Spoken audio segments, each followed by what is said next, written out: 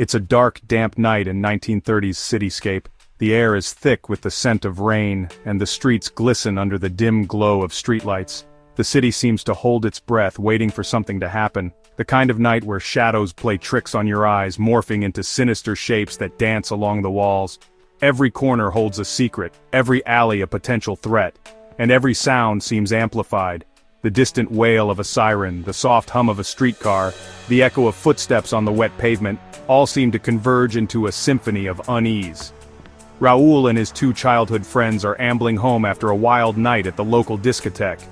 Their laughter cuts through the night, a stark contrast to the city's somber mood. The streets are filled with the echoes of their laughter and the chatter about the girls they met, their sweet smiles and the intoxicating promise of future rendezvous. They feel invincible, wrapped in the warmth of camaraderie and youthful exuberance, and plans for future rendezvous. They talk about dreams and ambitions, the kind that seem so attainable in the glow of the night. As they stroll down the cobblestone streets, they decide to take a shortcut through a notorious dark alley. It's a decision made in the spur of the moment, one that seems harmless in their carefree state, and that's when they see it. Two muggers cornering a man, demanding everything of value he has.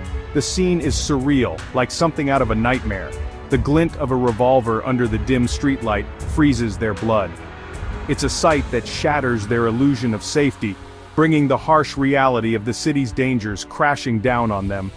The man, with desperation in his eyes, tries to struggle and break free.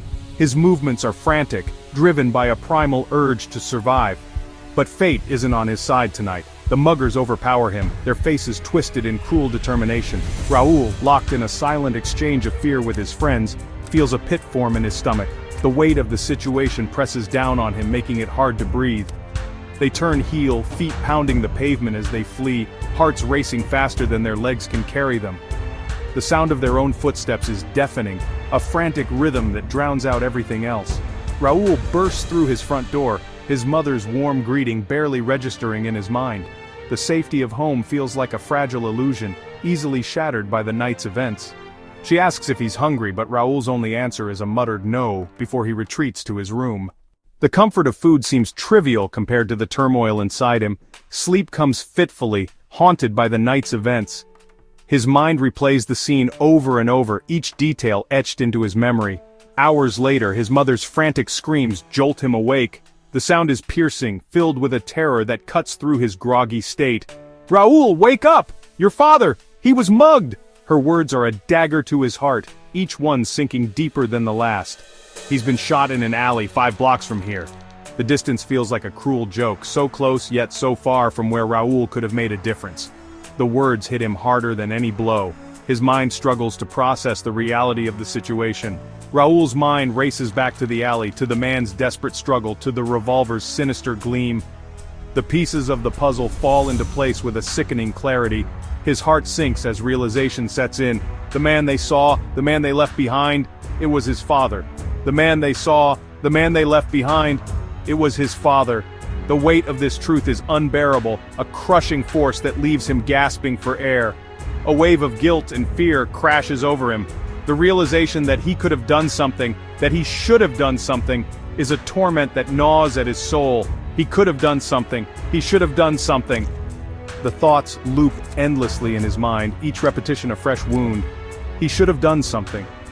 The weight of his inaction is a burden he knows he will carry for the rest of his life. And as the night stretches on, Raul is left alone with his thoughts, tormented by the choices he didn't make, and the chances he didn't take. The silence of the night is oppressive, filled with the echoes of his regrets, and the chances he didn't take. Each missed opportunity feels like a stone added to the weight on his shoulders. In the gritty, unforgiving world of 1930s noir, even the smallest decisions can have the gravest consequences. The city's harsh realities leave no room for mistakes, and Raul's night is a testament to that. Raul's night of fear and fate will haunt him forever. The memories of that night are etched into his mind, a constant reminder of the fragility of life, a reminder that sometimes the shadows you run from are the ones you can never escape. They linger, a part of you, shaping your every move and decision.